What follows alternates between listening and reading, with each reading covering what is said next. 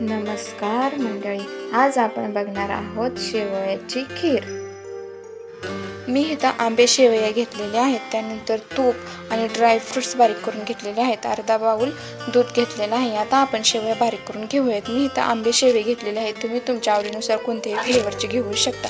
आता मी कढई गरम करायला ठेवली आहे। कढई गरम झाल्यानंतर त्यामध्ये तूप टाकलं।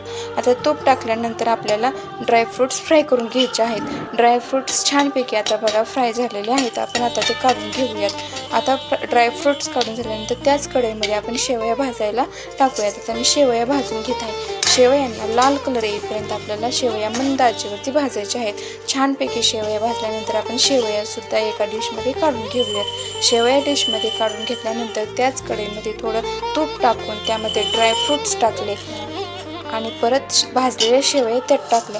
आता भाजलेले शेवया टाकल्यानंतर ते हलवलं आणि त्यामध्ये दूध टाकलं। दूध टाकून परत ते छानपैकी हलवून घेतलं।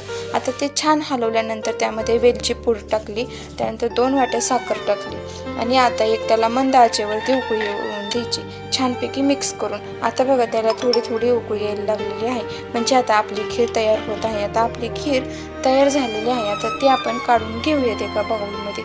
खीर बाउलमध्ये काढून घेतल्यानंतर त्यावरती थोडं केशर टाकूयात। केशर टाकल्यानंतर त्याला खूप छान चव येते। तुम्ही एकदा नक्की ट्राय करा।